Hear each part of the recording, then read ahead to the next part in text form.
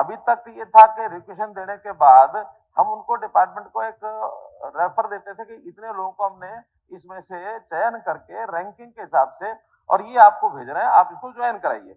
उसमें बहुत डिपार्टमेंट उस समय तक, क्योंकि समय का गैप ज्यादा होने के कारण से उनकी आवश्यकता कभी कभी कम हो जाती थी या कोई रेगुलर नौकरी आ जाती थी, उसकी इंफॉर्मेशन एचकेआरएम के पास नहीं होती थी।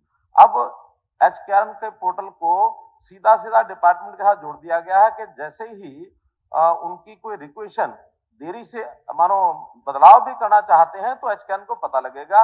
एचकेआरएम लेटेस्ट जो उनका रिक्वेशन है उसके हिसाब से भर्ती करके उनको देंगे और उसकी जानकारी डिपार्टमेंट को भी हो जाएगी कि आज ये सिलेक्शन हुई है, इस सिलेक्शन में तुरंत उनको ज्वाइन करना अनिवार्यता उसके लिए कर दी गई है। अब कोई ऐसा आगे से केस नहीं आएगा कि एक बार एचकेआरएम में अगर उनका नाम सिलेक्ट हो गया तो ज्वाइन नहीं कराएंगे। अगर नहीं कराना होगा तो पहले से रिक्वेशन में बदल करके वो एचकेआरएम को सेम टाइम पर भेज देंगे, इसलिए कोई समस्या नहीं आएगी। जो रिजर्वेशन है शेड्यूल कास्ट बैकवर्ड क्लासेस की रिक्रूटमेंट का रिजर्वेशन का जो प्रोविजन है, मैं इसमें ये बताना चाहता हूं कि इसमें एनुअल तौर पर जितनी भी भर्ती होती है उसकी पिछली भर्तियों में अगर ये परसेंटेज पूरी होती है 20% तो उसका हिसाब लगा करके और आगे की भर्ती की जाती है। अगर कोई शॉर्टफॉल होता है तो उसके नेक्स्ट जो भी, पहली बात तो ये भर्ती नहीं है, ये एक प्रकार की डिप्लॉयमेंट है, यानी डिप्लॉयमेंट यानी टेम्परेरी डिप्लॉयमेंट जो 1 साल के लिए की जाती है और उसके बाद कोई निश्चित अंक नहीं होता कि कितने लोगों को उसमें डिप्लॉय करना है। जैसे आवश्यकता आती रहती है, 2 आती है, 10 आती है, 20 आती है, साथ साथ करते हैं।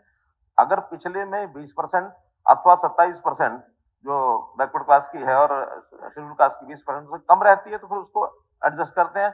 अगर उसमें पहले से पर्याप्त है तो फिर नॉर्मल भर्ती हो जाती है, अगली भर्ती में उसको फिर पूरा करते हैं। आज की स्थिति में बीसीए 16% की आवश्यकता होती है, 15.64% इस समय जो नई भर्ती हुई है वो इसके अंदर उपस्थित है। नई भर्ती में 0.36 इसको पूरा कर दिया जाएगा। ऐसे ही बीसीबी में 11% की आवश्यकता होती है, वहां 11.4 पहले से है। देखा जाए तो दोनों टोटल मिलाकर के 27.04 ये पहले से इसके अंदर इसका प्रावधान किया हुआ है। इसी प्रकार एससी में 20.63% आज के समय जो भर्तियां हुई है उसके अंदर पहले से प्रावधान किया हुआ है। तो इसलिए इसका कोई अलग से प्रोविजन करने की आवश्यकता इसलिए नहीं है कि अगर हम मान लो इसका कोई नोटिफाइड इस प्रकार का कोई प्रोविजन करते हैं तो फिर हर भर्ती में अलग अलग करने के बाद उसकी भर्तियां संभव ही नहीं हो पाती हैं। एश्योरेंस यही है कि हर समय इसको पैरेलली देख करके उसको 20% और 27% दे दिया जाता है।